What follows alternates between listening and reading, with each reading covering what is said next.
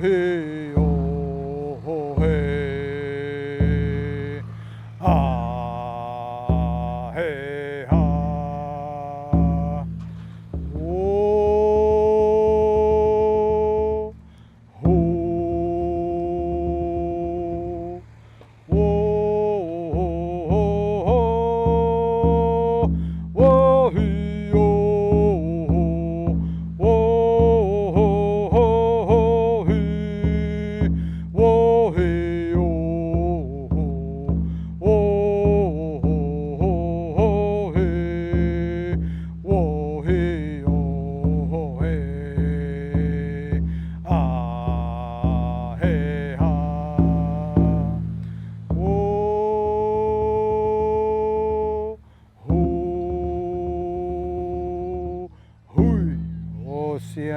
see up. Everybody have a great day. Way chachio.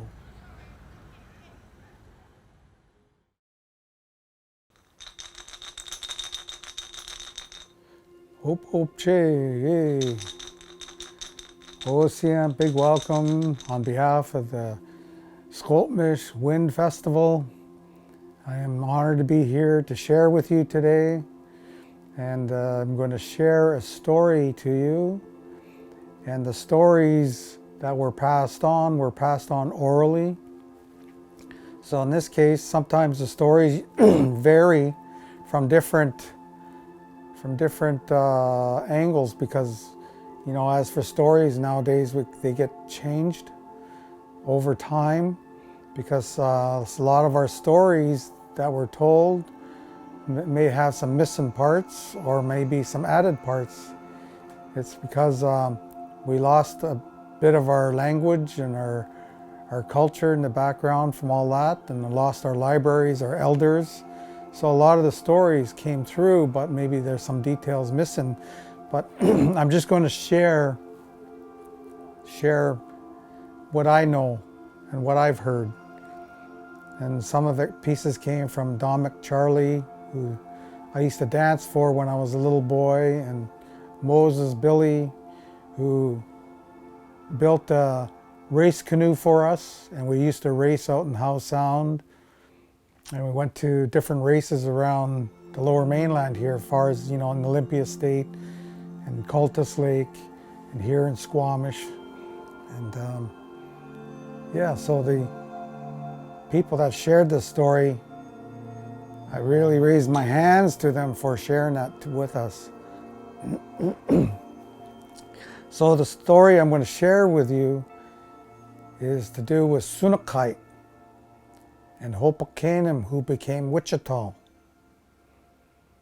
And there's a time when there was these eerie sounds echoing up and down the Squamish Valley. And this is in the old village of Stopmas. Sometimes people hear it as Stowamus.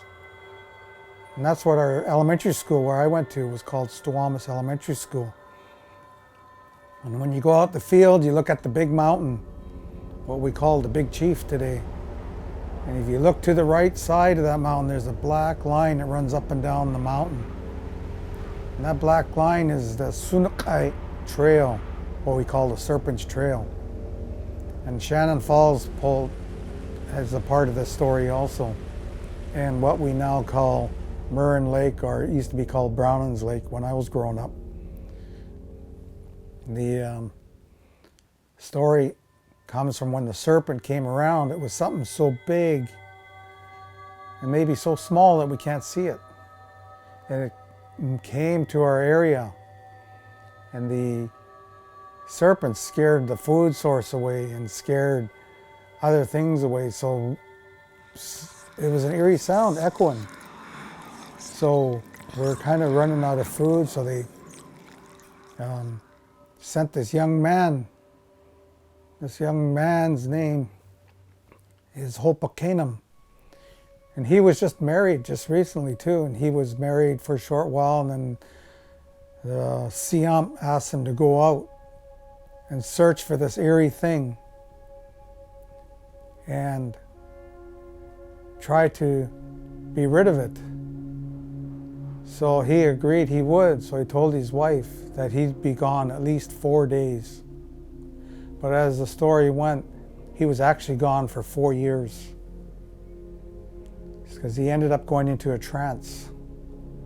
So when he got into this trance, because the serpent wasn't able to be seen, he could only see it with, like, in a dream time. And the serpent appeared in front of him. And the serpent was huge to him when he saw it. They started communicating with one another, but not through words, but through the eyes.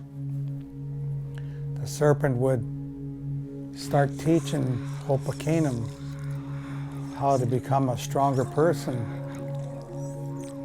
and give him all these teachings so that in the end there's going to be a challenge, and that challenge will be to death. The serpent can take overcame's life, or he could take the serpent's life. So over time, he didn't know how long this was going on for. So overcame had to go have some cold river baths. He'd sweat, he'd chant, sing some songs, because where our songs come from is like entering cold water. We make these sounds like hoo hoo hoo hoo. So he's gaining some strength from song, from cleansing himself through the cold river baths. And anything negative on him would wash away into the river or the creeks, wherever he was taking the bath. So eventually overcame, as he was learning from these lessons from the serpent, one point the serpent shared with him is that he needed to make these 4 spears. And these 4 spears were made in a special way. They're made through like pitch, and this pitch was made with some ingredients that was a poison to the serpent himself. And the serpent's given him all these details because he wanted to make the challenge even, because the serpent's so big. So these arrowheads were made out of like a pitch with different ingredients that was poisonous to the serpent.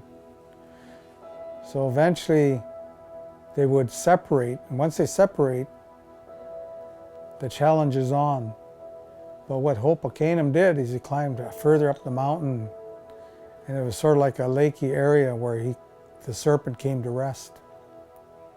So overcame was sit at the edge of this rock, and he'd look down towards where the serpent was resting, and he studied the serpent and watched, and he'd close his eyes and he would pray, look at the serpent again. What's the best strategy? How can I overcome this serpent? So as he's watching, there's a time when one head was resting, the other one's awake of the serpent. One head was on one side of the lake and the other one's a little further over. So when he saw the right time, overcame ran down the mountain, took his spear, and he would stick one spear in the head, and it would stun that head. Then he'd have to quickly go over to the other side and put another spear in the other head, and it would stun it. Then he would have to put the other spear, have 2 spears in each head, which slayed the serpent, killed the serpent. The serpent would come to rest in the lake there, and over time the body started to decay away, and it would move and slide into the lake. The serpent's bones started to sink to the bottom of the lake, and he was taught by the serpent, if you were able to slay me, where the 2 heads meet, there's this power, this special power you can gain. And so he had to go into the lake and swim down to the serpent, and he saw where that bone was. And he grabbed that bone, and as he grabbed it, he could feel this power.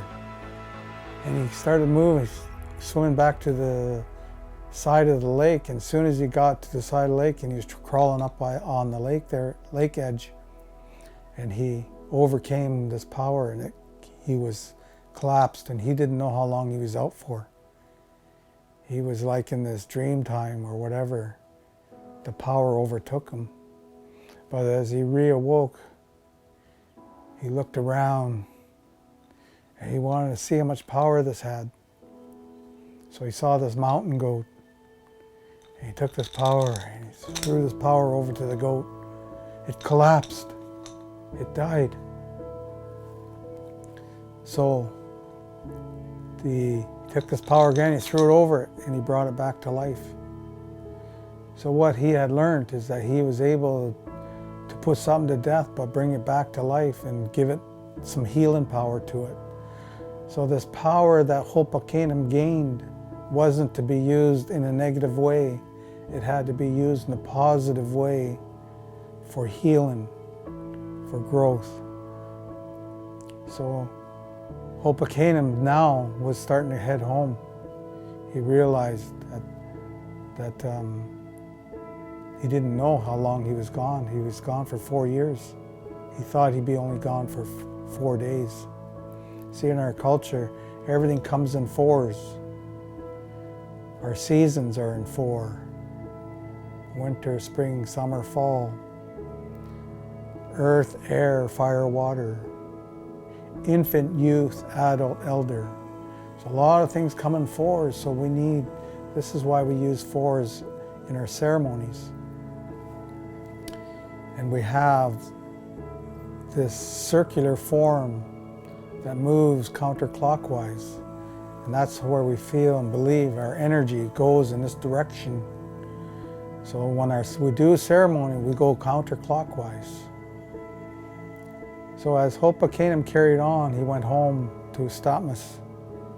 He went to go see his wife, and his wife had remarried because he's been gone for 4 years.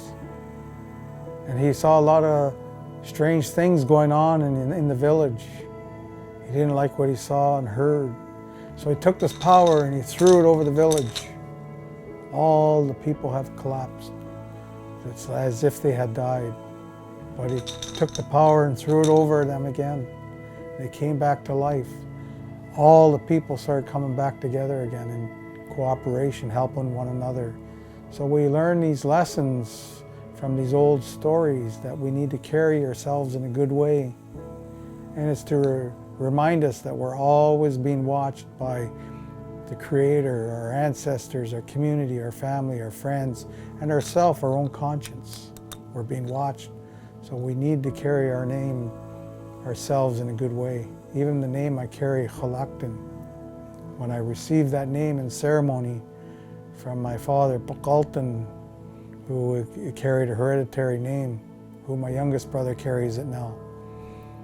Outdun is like a chief's name. We didn't use word chiefs. We could say Siamp. Earlier on, I said that earlier in the story. Siamp is what we may call like chiefs, hereditary chiefs. So this whole lesson was to teach us to carry ourselves in that good way. And Overcame became a healer. Just like every individual human being in this earth, we can carry that healing power. We can heal by being beside someone, listening to someone. So it's always good to help one another. And especially in this day and age, we need that now, because the serpent is so big we can't see it, and so small we can't see it. And it's spread around the world. And we're all need to pull together and help one another out. Sometimes we hide behind masks, but this time we have to hide behind a mask in order to keep each other protected. So I hear a lot of things from what's outside, but I also have to listen to what's inside of me. Because every individual has that healing power inside. We got that inner strength. We can overcome it as long as we be patient, be kind. So we learn all these even through life. Like when I was younger, I knew everything, but as I get older, I know less. So to the young ones, it's good to hear the voice in the wind.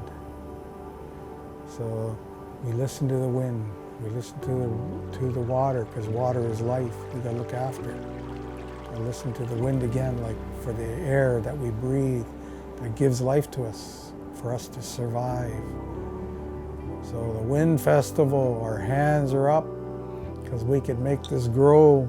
We're all one, we celebrate together as one, so we can just make it a little bit larger, wider, so we can see everything, not just what's in front of us. My hands up for your eyes and your ears, and I hope this story helps you out. And as I leave, before I leave, because these stories that I share with you, these stories could be told in different ways, but the grassroots of the stories are all the same. We're all common, we're all on the same ground here. When I think of Star Wars, may the Force be with you. We learn from Yoda, Lord of the Rings, they all carry the same messages. So that would bring us together and understand one another, that the stories are all the same. We're all human beings. Stomach, we are stomach. We're all human. Thank you again for your ears. Osia.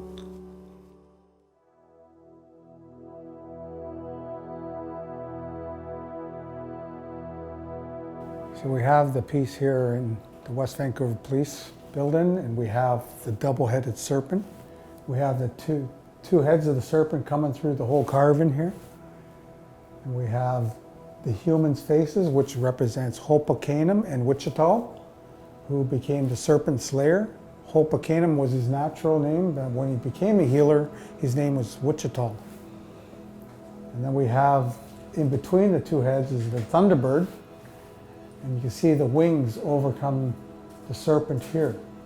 So when the serpent is real, it's actually the whole body carries on, but the two heads meet into one body. And we have the canoe here, and the canoe has like a representation of a wolf head, and the wolf head is to represent family. We're all in this together.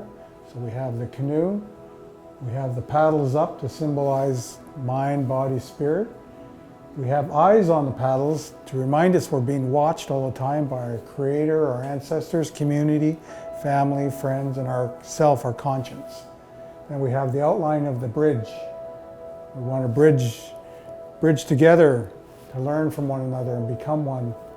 And it actually represents like the bridge, what we now call the lions. But today we call it the sisters. And the sisters came together to bring peace with these two nations. So it's like the idea of bridging together and coming together. And we have an eye on top here. Again, I shared the idea about the Kosalish eye. And I have color. The representation of the color in the background is a copper oxidation, which symbolizes wealth. We have this wealth of knowledge that we can come together and learn from one another and move forward together as one. And when we talk about mind, body, spirit, sometimes we're weak, whether it's mentally, physically, or spiritually. We have to find that balance. And so if there's somebody weak, we uplift them, we help them, because their strength is our strength. Because if we're in a canoe, we're pulling together, and somebody's not pulling their own weight, we have to uplift them so they can pull their own weight. Right? So this is a lot of teachings behind this. Awesome.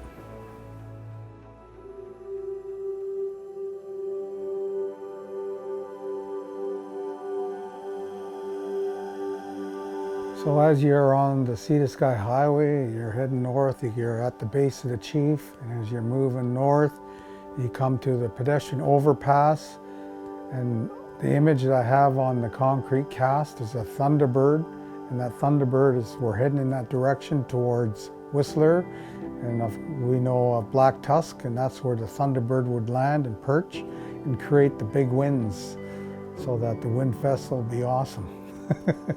So the Thunderbird would create the winds with his big wings, and then when it made the thundering sounds, when the wings hit together like so, and then the lightning came from the eyes blinking. So, but as you come back south, you'll see the serpent's head, and the serpent's head is coming back heading south. So that is in the direction of the big chief, to share that where the serpent's trail is. So it's double-headed serpent. And there's, at the base of that sculpture of the cast, you'll see some handprints. Those handprints are done by the children. The children painted their hands and they marked it. So the marking it is just to help continue on passing on the messages to the next generations as time passes. So that's a reminder of that.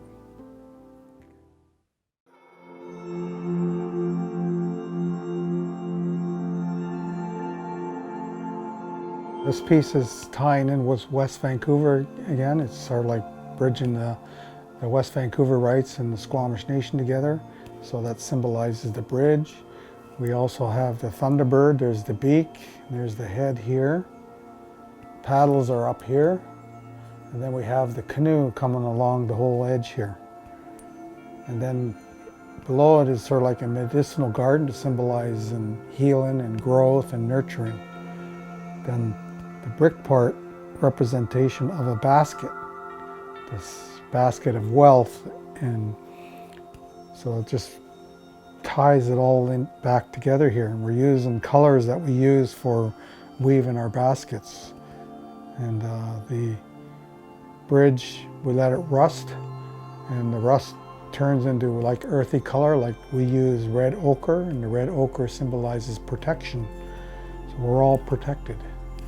So this is there's quite a long story on this, but just to share a little bit of details on that. Okay, let's see him.